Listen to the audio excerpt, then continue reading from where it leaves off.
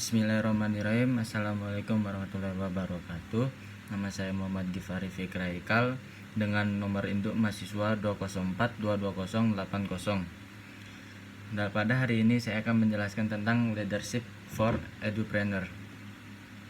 Kepemimpinan bagi seorang kewirausahawan adalah modal yang sama pentingnya dengan kepercayaan dan kreativitas. Kreativitas yang tinggi membuat Anda inovatif dengan pembaharuan. Kepemimpinan menggabungkan kreativitas dan kepercayaan menjadi sebuah usaha yang efektif yang berpengaruh dalam hidup. Usaha yang dibangun tanpa kepemimpinan yang kuat hanya akan menjadi usaha yang kecil yang tidak berkembang. Anda hanya mampu memimpin sedikit orang dari usaha kecil dan tidak ada pertumbuhan usaha. Tanpa kepemimpinan, tidak ada orang hebat yang bekerja pada Anda. Karyawan Anda tidak betah bekerja dengan sama Anda, dan pengetahuan atau pengalaman yang Anda tanam hilang bersama kepindahan mereka. Sebaliknya, kepemimpinanlah yang akan membentuk usaha menjadi besar dan banyak orang yang mau bekerja dengan Anda. Kepemimpinan dibentuk bertahap sejalan dengan tumbuhnya usaha.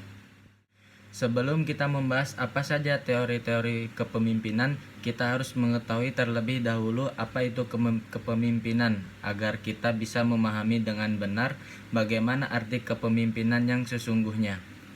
Berbagai ahli mendefinisikan tentang kepemimpinan yang berbeda-beda. Namun, sebagian besar menyatakan bahwa kepemimpinan berkaitan dengan perilaku pemimpin dalam mempengaruhi anggota organisasinya guna mencapai tujuan organisasi. Dalam istilah umum, leadership atau kepemimpinan merupakan sebuah proses mengarahkan dan mempengaruhi aktivitas yang berkaitan dengan pekerjaan dan anggota kelompok. Adanya kepemimpinan seseorang sangat menonjol atau berkembang pada periode tertentu, sedangkan pada periode lain telah mundur. Kepemimpinan adalah proses oleh seseorang atau kelompok mencoba untuk mempengaruhi tugas-tugas dan sikap-sikap orang lain terhadap sebuah akhir dari hasil yang dikehendaki. Mempengaruhi merupakan anti dari kepemimpinan. Agar seseorang dapat menjadi pemimpin yang efektif, dia harus mempengaruhi orang lain agar mau menjalankan permintaan, mendukung proposal, dan mengimplementasikan kebijakan. Seorang pemimpin yang efektif adalah yang tidak hanya bekerja sendiri tanpa melibatkan siapapun, melainkan mampu memanfaatkan semua potensi yang dimilikinya dan potensi yang mengelilinginya. Kepemimpinan yang efektif bukan hanya sekedar pusat kedudukan atau kekuatan, akan tetapi merupakan interaksi aktif antar komponen yang aktif. Sekalipun kita sulit merumuskan apa itu kepemimpinan, kita semua dapat mengenali kepemimpinan yang baik seketika kita berhadapan dengannya. Kita menyadari kepemimpinan sudah terjadinya suatu peristiwa, lalu berkata itulah yang disebut kepemimpinan. Menurut Ki Hajar Dewantara, sifat kepemimpinan meliputi 3 hal, yaitu ing ngarso sung tulodo, yang artinya pemimpin di muka harus memberi teladan. Yang kedua, ing madyo mangun karso, yang artinya pemimpin di tengah harus membangun perkasa.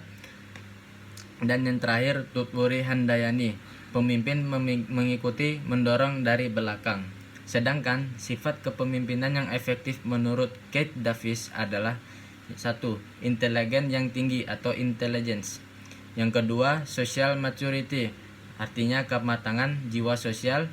Yang ketiga, inner motivation and achievement drivers, yang artinya motivasi terhadap diri dan hasil. Yang keempat, human relation attitudes, yang artinya menjalin hubungan kerja manusiawi. Seorang pemimpin dengan gaya kepemimpinan yang baik pasti akan dihormati oleh orang yang dipimpinnya. Tidak hanya itu, gaya kepemimpinan yang baik juga akan mampu membawa organisasi yang dipimpinnya ke arah yang lebih baik. Salah satu contoh seorang pemimpin yang baik adalah Bill Gates. Bill Gates merupakan pendiri perusahaan Microsoft yang hingga saat ini menjadi sebuah perusahaan yang terbesar di dunia. Berikut ini adalah gaya kepemimpinan dari Bill Gates yang dapat diterapkan untuk para pemimpin. Yang pertama, berpikir bagaimana ke depannya. Bill Gates tidak terpaku pada apa saja yang terjadi pada saat ini. Ia selalu berpikir apa yang akan menjadi tren di masa depan, seperti bagaimana ia menyadari pentingnya internet dan mengubah fokus pengembangan software Microsoft untuk internet. Yang kedua, tetap fokus. Sepanjang karirnya, Bill Gates hanya berfokus pada hal yang sangat ia kuasai, yaitu software. Dia sadar apabila ia beralih pada hal yang tidak ia kuasai, maka hal tersebut akan beresiko menghancurkan segalanya. Yang ketiga, berpikir besar.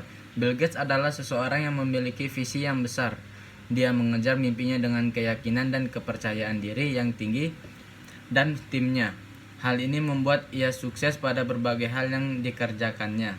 Yang keempat, hasrat. Bill Gates selalu melakukan pekerjaannya dengan semangat dan keseriusan.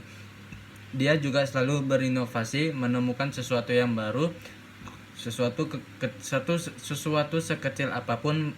Apabila penting baginya, maka ia akan mengorbankan waktu dan tenaga untuk hal tersebut. Yang kelima, selalu belajar.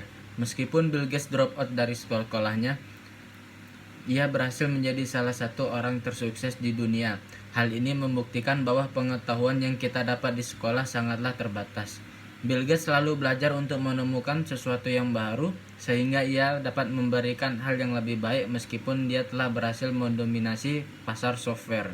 Yang keenam, peduli terhadap sesama. Bill Gates merupakan salah satu orang terkaya di dunia.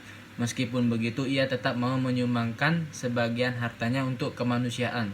Dia menunjukkan keberhasilan bukanlah sesuatu yang sekedar untuk dibanggakan, namun juga bagaimana dengan keberhasilan kita dapat membantu untuk menuju dunia yang lebih baik.